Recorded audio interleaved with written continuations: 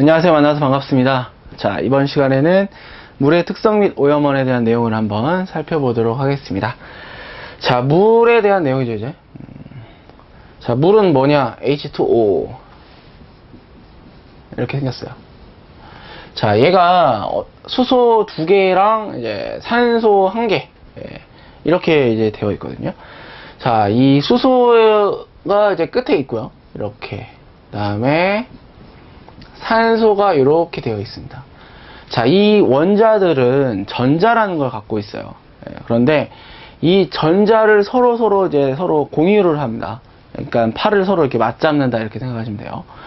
이 수소와 산소와의 관계는 서로 팔을 맞잡고 있는, 이제 전자를 공유하고 있는 공유 결합이에요. 여기가.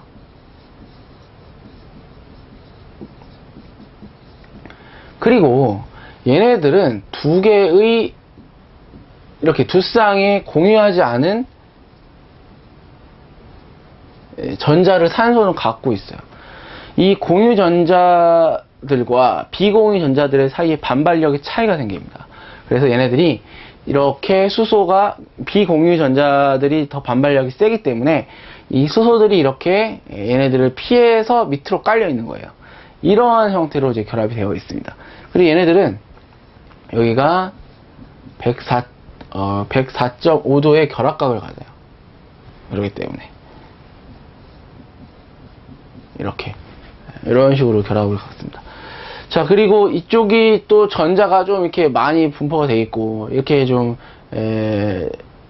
얘네들은 좀 이렇게 좀 꺾여 있고 이런 구조를 가지면서 상대적으로 여기가 마이너스가 되고 상대적으로 여기가 플러스 돼요. 부분적인 양전화, 부분적인 음전화. 그래서 쌍극자 모멘트가 합이 0이 아니다 이런 말을 쓰긴 하는데, 이렇게 되기 때문에 얘가 극성을 갖는다 이 얘기예요. 얘가 플러스와 마이너스와 동등하게 딱 힘이 어떤 벡터가 0이 되면서 딱 0이 되는 게 아니라, 그 전기적 0이 되는 게 아니라 한쪽으로 치우친 어떤 전자들 때문에 극을 띈다. 플러스와 마이너스의 어떤 극성을 얘네들이 띈다 해서 극성 공유 결합 이렇게 얘기를 합니다. 자, 그 다음에 또 다른 물 분자가 있어요. 그렇죠? 이번에는 뭐 여기는 이번에 좀 여기에 예를 들어서 뭐 여기 하나 할까요? 이런 식으로 여기 있다. 그러면 얘네들은 이 수소와 산소와 얘네들이 또 친해요. 그렇죠? 얘는 부분적인 음전화, 부분적인 음전화였고 다른 애들의 음전화와 양전화잖아요. 그래서 얘네들이 조금 가까워집니다. 결합을 한다 이 얘기예요. 이 결합을 우리가 뭐라고 하냐면 수소 결합이다 이렇게 얘기해요. 아이고, 여기다 쓸게요. 수소 결합이다 이렇게 이야기를 합니다. 자, 그래서 결국 얘네들은 수소 결합과 공유 결합, 그 다음에 극성, 그리고 얘네들은 104.5도 뭐 이러한 개념들을 갖고 있어요. 굉장히 안정적인 화합물이다. 결합을 두 개나 하니까. 그렇죠? 그리고 이 물은 이게 이제 이 수소 결합이 일정한 결합 길이를 갖거든요. 그러다 보니까 이게 0도씨에서 어떠한 형태가 이제 되냐면은 이런 형태가 됩니다.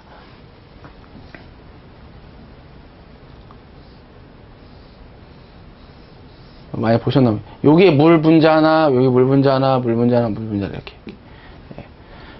비어 있어요. 여기가 육각수 들어보셨습니까? 육각형의 결정을 가져요. 그러면 얘네들이 공간이 비어 있죠? 그러면은 이 물이 얼음이 됐을 때 이 공간이 비어 있기 때문에 밀도가 낮아지게 돼요. 1보다 낮아져요. 그러면은 이 얼음은 물 위에 뜨게 되는 거죠. 그렇죠? 이러한 현상이 어떤 물의 특성을 갖게 하고 있습니다. 그래서 물의 밀도는 4도씨에서 최대입니다.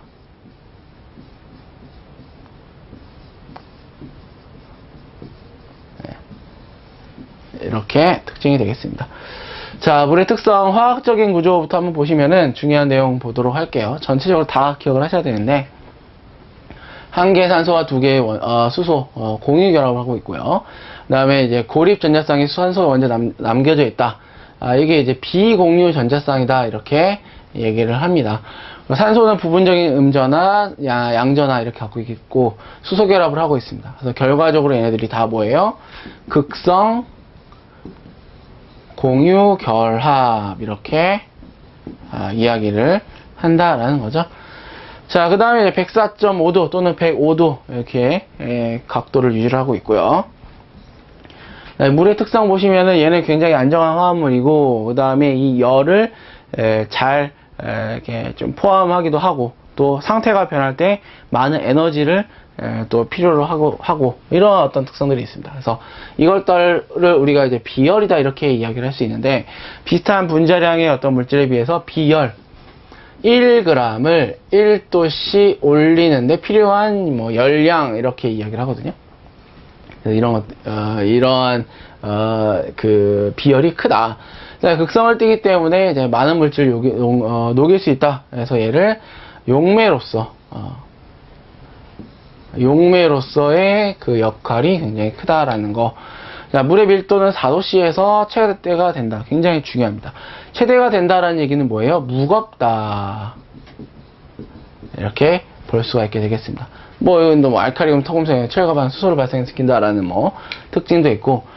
자, 우리가 앞에 대기 환경에서도 했는데 물의 점도는 온도가 높아짐에 따라 작아진다. 즉 액체의 점도는 어떻게 된다 그랬어요? 온도가 올라가면은 얘는 어떻게 돼요? 작아지게 됩니다. 이런 관계가 있어요. 기체는 반대. 그렇죠? 자, 그리고 물의 밀도는 1이다 이렇게 얘기를 하는데 1g/cm, kg/cm/세제곱미터이기 때문에 여기가 1000이 들어가는 거예요. 원래는 뭐가?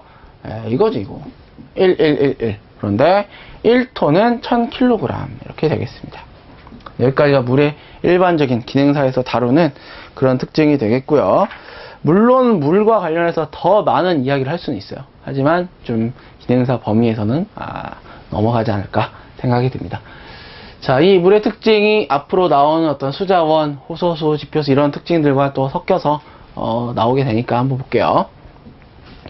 자, 강수, 유출, 증발. 물은 순환해요. 그렇죠? 비는 내리고, 내린 비가 흘러가서 강까지 갔다가 강에서 바다로 갔다가 바다에서 다시 태양에 의해서 증발해서 다시 구름이 돼서 다시 내립니다. 순환한다. 뭐 때문에? 태양 에너지 때문에. 자, 그리고 이 물을 갖다가 비가 막 내리고 물을 모아놓고 막 쓰고 하는데 어디서 제일 많이 쓰냐 이거예요. 나는 샤워를 하루에 3번씩 해요. 그런다고 해서 생활용수가 제일 많냐? 그게 아니라 농업용수로 제일 많이 쓰이고 있습니다. 자, 농업용수 잘 기억하셔야 되고요.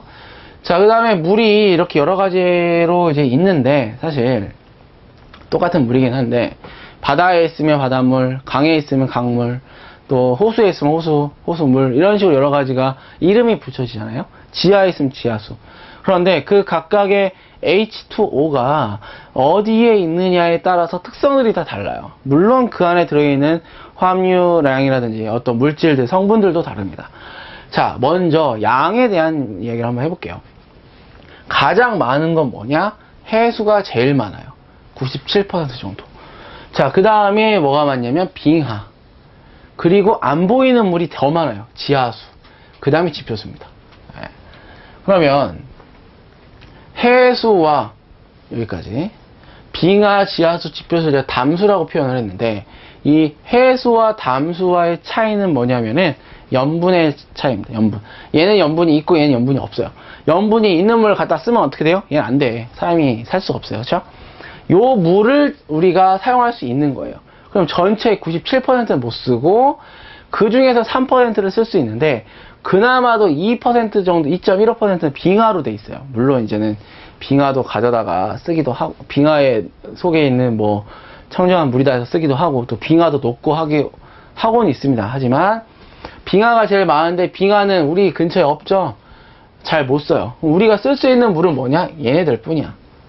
그 중에서도 지표수와 얘네들도 너무 깊이 있는 지하수는 또 파기가 어렵거든요. 그래서 요 지하수, 지표수 위주로 우리가 사용하고 있다. 굉장히 그래서 사용할 수 있는 물은 적다. 이게 포인트입니다. 자, 가장 많이 이용하고 있는 건 당연히 지표수겠죠. 얘가 근처에 있으니까. 그리고 전체 담수량 중에서 우리가 사용할 수 있는 이 빙하를 제외한 지하수와 지표수 중에서 실제로 가능한 건 0.65 중에 11%인 거예요. 그러니까 더 작다 이거지. 그렇죠? 그래서 우리가 사용할 수 있는 물의 양은 굉장히 적은 편이다. 자, 그 다음 자연수의 특징이 있습니다. 우리가 물, 이렇게 흐르는 물 이런 것들을 보면 특징이 있는데 어떤 특징이 있냐면 이 자연수는 항상 이산화탄소를 포함해요. 그 내리는 비에 의해서. 그죠? 그러다 보니까 약한 산성을 좀 띠는 중탄산 이온과 평형에 있는 이 약한 산성을 띠는 물이 대부분이다. 이렇게 생각을 하시면 되겠고요. 자, 우리 여기 말 있어요. 이 말. 자연수는 이산화탄소를 포함하여 중탄산 이온과 평형에 있다. 이겁니다. 자연수는. 하지만 이 물이 흐르고 와서 이것저것 만나고 하다 보니까 거의 이제 pH 7 정도까지 이제 이제 가까이 가긴 하는데 또 다른 어떤 것도 뭐 경도도 들어가고 알칼리도 들어가고 여러 가지가 있어요. 그러다 보니까 이게 변하긴 하는데 순수한 이 자연수 상태에서는 이 물이 맞다 이거야. 이거는 결국은 바닷물이 증발해서 그게 순수한 상태로 다시 내리면서 대기 속에는 이산화탄소와 만났기 때문에 그 자연수 자체는 이렇게 된다 이 얘기입니다. 하지만 이게 이제 흘러오면서 여러 가지 섞이고 하다 보니까 좀 이제 우리가 실제로 만나는 자연수는 좀 다르죠. 오염도 되기도 하고. 자, 우리나라 강수량의 분포의 특성 나왔는데 당연히 이거는 좀 알 수 있어요. 우리나라에서 1년 정도 살아보신 분은 월별 강수량의 차이가 큰 편이다. 여름에 비 왕창 내립니다. 그러다가 또 봄, 가을에 잘 안 내려요. 겨울에는 좀 눈도 요즘 잘 안 와.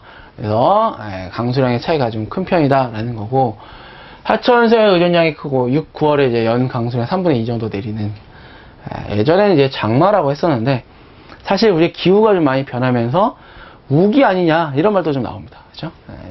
여름에 좀 많이 비가 내린다. 그리고 한 사람이 쓸 수 있는 물의 양은 굉장히 적은 편이다. 이렇게 보시면 되겠습니다. 자, 다음 지하수의 특성을 볼게요. 지하수는 어디 있는 물이에요? 지하에 있는 물입니다. 자, 요 그림 먼저 보고 한번 제가 말씀을 드려보겠습니다. 자, 이게 이제 지하수인데, 자, 우리가 요게 지하수요. 여기 부분. 그리고 여기 부분이 지하수입니다. 네. 이 지하수라는 건 지하에 고여있는 물인데 얘네들이 고여있을 수 있는 이유는 뭐냐면 여기가 불투수층이기 때문에 그래요. 첫 번째 불투수층 때문에 물이 여기를 못 통과하잖아요. 불투수니까 여기에 있는 고여요 물이. 이거 갖다 우리가 천성수다 이렇게 얘기하고요. 두 번째 불투수층 이렇게 있어요. 여기도 물이 잘 못 통과하겠죠. 얘가 한 방울도 못 통과시키냐, 그건 아닙니다. 그렇죠? 조금씩은 가요. 하지만 잘 못 통과하는 것 뿐이야. 그래서 여기에 이제 또 물이 약간 고입니다. 이게 심층수다 이렇게 부르죠. 그래서 이런 식으로 불투수층에 물이 고여서 생긴 게 바로 지하수가 되겠습니다. 이거 같은 경우는 국지적인 환경 요건에 영향을 많이 받는다 우리가 이렇게 이야기를 합니다. 그래서 이건 광역적이라는 말이랑 달라요. 지하에 이렇게 숨어 있기 때문에 국지적이라는 표현을 쓰고요. 그리고 이 국지적인 환경 속에서 오염이 한 번 왔다, 살짝 왔다 하면은 쉽게 쫙 퍼집니다. 그리고 회복이 좀 느린 그런 특성이 있어요. 지하기 때문에 또 어떻게 돼요? 산소랑 만나기가 어려워요. 그렇기 때문에 이 정체되어 있는 환원 상태, 유속은 좀 느리고 깨끗하고 이런 특징들이 있습니다. 하나씩 보면, 자, 지표수에 비해 경도가 높다 이렇게 얘기를 하는데, 이게 우리가 약산성의 어떤 pH 5.6 정도의 이 빗물이 내리잖아요. 그러면은 이 토양층에 비가 내린단 말이지. 여기에 지하수가 이렇게 있어요. 이 토양 속에 들어있는 경도를 유발하는 물질, 칼슘, 마그네슘 이런 것들이 있는데, 얘네들을 이 빗물이 데리고 이 물속 지하수로 들어갑니다. 양이온 교환 능력 이렇게 얘기하는데요. 데리고 들어가요. 그럼 이 속에는 뭐가 많냐? 여기에 있었던 칼슘이라든지 마그네슘이라든지 이런 것들이 여기로 같이 들어간다는 얘기예요. 그러면 지표수에 비해서 지하수가 경도가 더 높아지겠죠. 왜? 경도를 유발하는 물질을 토양 속에서 이 빗물이 데리고 왔기 때문에. 그러면 여기의 경도와 여기의 경도가 어떻습니까? 조금 차이가 있겠죠. 왜? 여기는 토양을 요만큼, 얘는 토양을 이만큼 데리고 왔어요. 이거 플러스 이거야. 그렇기 때문에 여기가 더 경도가 높아요. 즉 깊이 있는 곳의 경도가 더 높다. 이 지표면 부근의 지표면 부근의 지하수는 경도가 좀 낮다. 어디에 비해서? 이거에 비해서. 하지만 지표수에 비해서는 얘네 둘은 다 경도가 높다. 이렇게 볼 볼 수가 있겠습니다. 자, 그 다음에 뭐 유속이 느리고, 뭐 당연하겠죠? 예, 세균에 의한 유기물 분해가 주된 생물 반응이다. 그러니까 이 속에 사는 현기성의 상태를 좋아하는 균이 이 자정작용을 하는 거예요. 하지만 굉장히 천천히 느리게, 예, 이렇게 합니다. 그래서 느린 편이다. 염분 함량은 높은 편이다. 이건 왜 그래요? 토양 속에 염분이 있어요. 얘 같이 데리고 들어왔다는 얘기예요. 그죠? 높은 편이다. 헷갈립니다, 많이 사람들이. 자, 그 다음에 뭐 무산소 상태, 현기성 상태죠. 그러다 보니까 환원 상태로 존재한다. 이런 특성들을 갖고 있게 되겠습니다. 자, 그리고 뭐 햇볕이 없기 때문에 뭐 광학 반응이라든지 광합성 이런 것들은 기대할 수 없고요. 그리고 경도가 낮고 높다. 그런데 요 경도가 높음인데 뭐보다는 항상 높아요? 지표수보다는 큰 거예요. 이 낮은 게 지표수보다 낮은 게 아니라 이거에 비해 상대적으로 낮고 높다. 이거를 이야기를 하는 겁니다. 자, 다음은 이제 하천수와 호소수 되어 있는데 하천수의 특징 한번 보도록 하겠습니다. 하천수는 뭐예요? 위에 우리가 이 근처에 있는 이 물들이죠. 그래서 흐르는 물, 우리가 볼 수 있는 물, 그 물들을 이야기를 합니다. 자, 수위 변화가 심하고 왜 그래요? 내리는 비 양이 계절마다 다르니까. 다음에 호기성 세균, 광합성 반응, 광학 반응 이런 것들 통해서 유기물이 분해가 주가 된다 이 얘기입니다. 즉 오염물질이 하천에 이렇게 흐르고 있는데 여기 오염물질의 부하가 딱 한 번 왔어요. 그러면 이 오염이 싹 됐겠죠? 여기에 사는 이 미생물들이 있습니다. 이 미생물들이 이 유기물을 분해를 시켜요. 즉 우리 입장에서는 얘는 오염물질인데 얘네들 입장에서는 얘가 먹이가 되는 거예요. 그러면서 호기성 세균에 의해서 유기물이 분해가 된다라는 거. 자, 그 다음에 뭐 자정작용은 지하수에 비해서 굉장히 활발하고 외부에 있기 때문에 오염에 대한 노출이 큰 편입니다. 그쵸? 그 다음에 뭐 이러한 무기 염료들은 좀 적고 대량 치수는 용이하다. 수질 변동도 심하다 이겁니다. 그리고 용존산소는 높고 경도는 작은 편이다 라고 볼 수가 있게 되겠습니다. 자, 자정작용에 대한 이야기를 했는데 자정작용이란 스스로 깨끗해지는 성질이에요. 작용이에요. 즉 어떻게 할 수 있냐? 용존산소 농도가 증가하게 되면은 자정작용도 활발해지고 깨끗한 물이다 이렇게 얘기할 수 있습니다.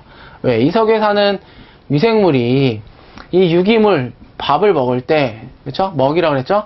얘가 가서 먹기만 하냐? 얘가 숨도 쉬어요.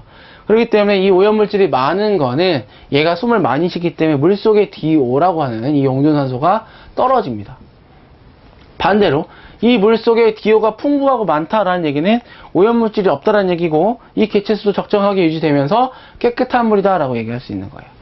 자, 하천에서 오염은 유기물의 가동한 유입과 독성물질, 유역의 수역의 단절 이런 것들을 통해 이야기가 되고 다시 한번 또 이렇게 기체 용해도와 용존산소에 대한 내용이 여기서 나오게 됩니다.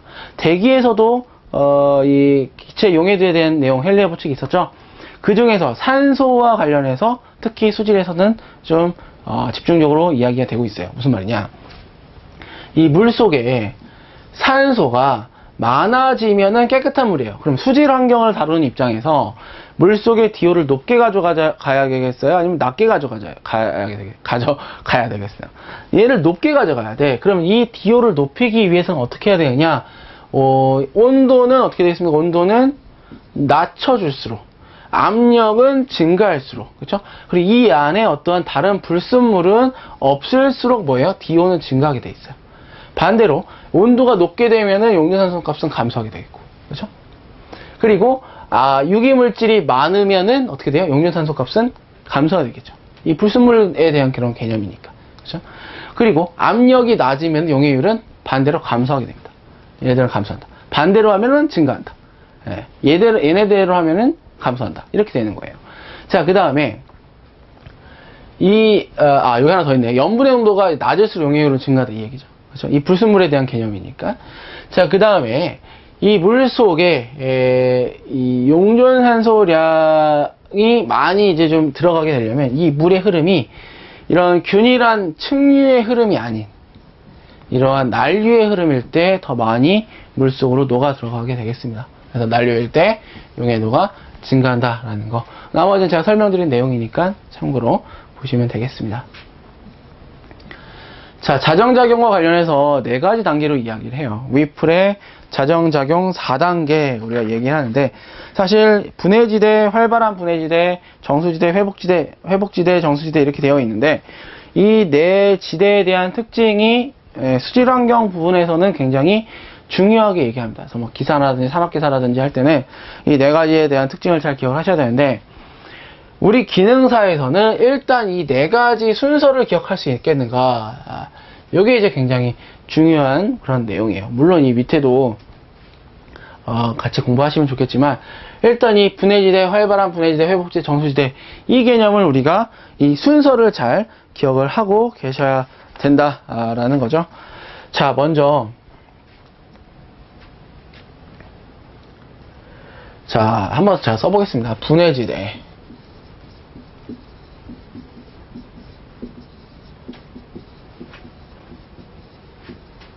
활발한 분해지대, 그 다음에 회복지대, 그 다음에 정수지대, 이렇게 가요. 지대까지는 안 썼습니다. 이렇게 가요. 자, 여기에서 오염의 부하가 처음 딱 왔어요. 분해지대가 시작되기 전에 이제 평온한 상태였습니다. 자정작용이 일어난다는 얘기는 뭐예요? 오염물질이 왔다는 얘기지. 근데 안 왔을 때는 이런 식으로 이 미생물들이 살고 있었어요. 3마리. 그런데 이제 이렇게 오염물질이 하나 뚝 떨어졌네? 오염의 부하가 한번 온 겁니다. 그쵸? 그러면 얘가 지금 시작했어요. 오염이. 그런데 얘가 한 마리가 딱 가서 본 거야. 이게 뭐지? 얘 입장에서는 뭐예요? 이게 먹이란 얘기예요. 가서 보니까는 먹는 거야. 아, 친구들아, 일로 와서 먹어봐. 이렇게 된 겁니다. 이게 시작된 거예요. 그러면서 조금 개체수가 좀 늘어났어요. 이렇게. 이게 분해지대. 그런데 먹이가, 오염물질이 이제 많이 들어와서 먹이가 너무 많으니까 얘네들이 정말 막 미친 듯이 가서 달려들어서 먹기 시작하는 겁니다. 막 생겨. 굉장히 많은 개체수가 늘어나게 되는 거죠. 이런 식으로. 그런 상태는 어떤 상태냐? 활발한 분해지대 상태예요. 그렇죠? 자, 그러면 개체수만으로 봤을 때는, 개체수가 활발한 분해지대에 쭉 왔을 때, 이때 사실 뭐 이거의 말단 정도가 되겠죠. 개체수는 굉장히 증가해요. 그럼 얘네들이 먹기만 하느냐? 먹기만 하겠습니까? 아니지. 얘네들은 숨도 쉬어요. 그래서 어떻게 산소를 소모하냐면 물속의 산소를 소모해요. 그렇기 때문에 이 활발한 분해지대쯤 되면은 이 DO가 굉장히 떨어집니다. 그러면 물에서 막 냄새도 나고 막 악취도 나기도 하고 막 이래요. 물속의 산소가 굉장히 떨어진 상태예요. 산소로는. 자, 개체수는 증가했고 DO는 떨어졌어요. 그럼 얘는 어떻게 됐을까? 얘는. 요건 어떻게 되겠습니까? 이만큼 들어왔었는데 점점 줄어들겠죠. 이런 식으로. 줄어듭니다. 왜? 개체수가 증가했기 때문에 먹이잖아요. 얘는. 먹이는 점점 줄어드는 거예요. 그러면서 어떻게 돼요? 맥시멈이 됐네? 얘는 이제 없어. 얘는 없어졌어. 다 없어졌어요, 이제. 얘는 없어요, 다. 얘가 없어졌어, 먹이가. 그럼 얘네들은 어떻게 됩니까? 얘네도 엄청 많았는데, 먹이가 많을 땐 좋았는데, 이제는 어떻게 돼요? 좀 줄어들었어요, 먹이가. 없어졌어. 그럼 얘네들은 개체수가 다시 줄어들겠지, 이렇게. 이런 식으로. 줄어들기 시작합니다. 그게 뭐예요? 회복지대에 대한 내용이에요. 그죠? 그러면 개체수가 점점 줄어드는 순간에 DO는 어떻게 돼요?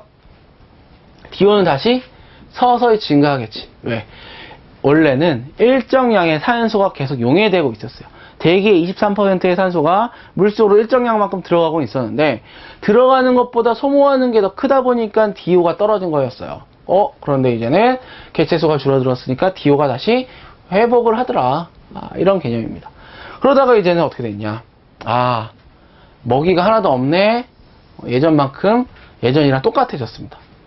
그럼 어떻게 된 거예요? 이 정수지대가 된 거죠. 어떤 상태? 오염이 있기 전의 상태가 된 겁니다. 이러한 단계에 거쳐서 우리가 자정작용이 일어나고, 이거 갖다가 우리가 뭐라고 하냐면 위플의 자정작용 4단계 이렇게 부르고요. 특히 이 내용들, 이 분해, 활발한 분해지대, 회복지, 정수지대, 이 과정을 꼭 기억을 하시길 바랍니다. 자, 그래서 각각의 특징 한번 살펴볼게요. 분해지대에는 어떤 특징이 있느냐? 새로운 환경에 적응하게 되고 유기물이 이제 많아지는 산소 소비가 이제 느리게 진행되면서 균류, 펑가이라고 하는데 사상성, 어떤 곰팡이류 이렇게 생긴 이렇게 실 모양의 어떤 균입니다. 얘가 많이 생기죠. 그리고 이제 점점 DO가 이제 떨어지면서 한 4.13 정도까지 45% 정도의 4.13 이 정도까지 뭐 DO가 내려가는 단계라고 해요. 자, 그 다음에 이제 활발한 분해지대 같은 경우에는 말 그대로 더 활발해졌죠? 엄청난 개체수가 증가했어요. 그러다 보니까 아주 낮아지거나 거의 없는 부패 상태. 이렇게 되면 뭐가 되냐면 냄새가 납니다. 현미성 분해의 어떤 그런 단계를 거치면서 악취, 뭐 달걀 썩은 냄새 이런 것들이 황화수소, 암모니아 이런 것들이 나타나게 되면서 기포도 나고 냄새도 나고 이런 형태가 되겠죠. 자, 그리고 암모니아성 질소의 어떤 농도가 증가한다 되어 있는데 이거는 NH3 이렇게 씁니다. 이런 형태의 이 물질이 많이 생긴다 이건데 암모니아 형태의 질소예요. 즉 여기서도 암모니아가 많이 생긴다 그랬죠? 이렇게 증가하게 되겠다. 자, 그리고 이제 아주 낮은 어떤 부패 상태가 이제 되는 그런 내용이고, 용존산소가 부족한 현미성 분해, 산소 소비 속도가 가장 빠르게 진행된다. 이 얘기는 뭡니까? 미생물이 굉장히 많아졌다. 이렇게 그 박테리아들이 굉장히 많아졌다. 이렇게 볼 수가 있게 되겠습니다. 자, 다음 이제 회복지대인데요. 이건 다시 회복을 하려고 하는 거예요. 그러니까 유기물이 먹이가 없어져 가고, 그 다음에 이 개체수도 점점 줄어들면서 예전의 상태로 가려고 하는 회복을 하는 상태입니다. 그래서 DO가 원래 상태로 증가하는, 그리고 질산화가 진행된다. 질산화 뒤에 이제 나올 텐데 암모니아성 질소에서 질산화로 갑니다. 질산성 질소로 갑니다. 이런 형태가 이제 일어나게 되겠고요. 이건 뒤에 가서 설명을 드릴 거니까 일단 질산화가 일어난다 정도로 기억을 하셨으면 좋겠어요. pH의 변화폭이 크고, 자, 정수지대는 이제 원래 상태로 회복이 되는 상태고, 청수성 어종이 증식을 한다 이렇게 되겠죠. 자, 그래서 헨리의 법칙 잠깐 한번 보면은 이제 산소와 관련된 겁니다. 우리가 대기에서는 친수성, 뭐 나용성 여러 가지가 있었는데, 이 헨리의 법칙이 수질에서 나왔다라는 얘기는 산소와 관련해서 많이 이야기를 하기 때문에 얘가 또 나오는 거예요. 온도가 낮을수록 압력이 높을수록 산소의 농도가 증가한다라고 해도 똑같습니다. P는 HC와의 관계가 있다라는 거죠. 자, 중요한 거는 이제 분해지대, 활발한 분해지대, 회복지대, 정수지대 이 내용들을 잘 기억할 수 있는지, 여러분들 요거의 부분에 좀 집중해서 공부를 하시고, 나머지 분해지대에서부터 정수지대까지의 어떤 특징들, 요것도 이 네 가지 단계를 공부하신 후에 한번 이 특징들도 살펴보시면 좋을 것 같아요. 자, 여기까지 해서 이번 강의 마치도록 하고요. 다음 강의 이어서 뵙도록 하겠습니다. 감사합니다.